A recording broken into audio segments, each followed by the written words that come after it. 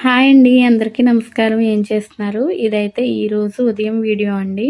ఇంక ఈరోజు టిఫిన్‌లోకొచ్చి ఉల్లికారీ, chicken curry అయితే చేశానండి. ఇదైతే నెక్స్ట్ లెవెల్ అని చెప్పొచ్చు కదండీ!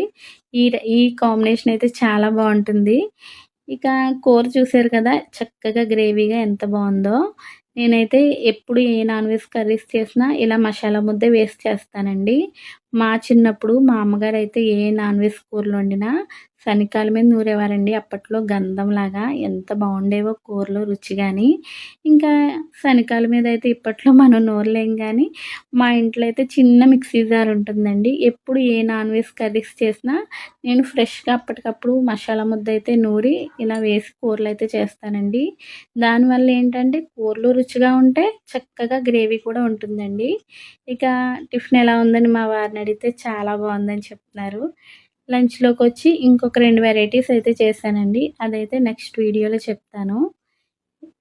ఇవాళ సండే కదా! మీరైతే ఏం స్పెషల్ చేసుకున్నారో నాకైతే కామెంట్ చేయండి. ఓకే. నా వీడియో నచ్చితే లైక్ చేయండి, కామెంట్ చేయండి. Thank you.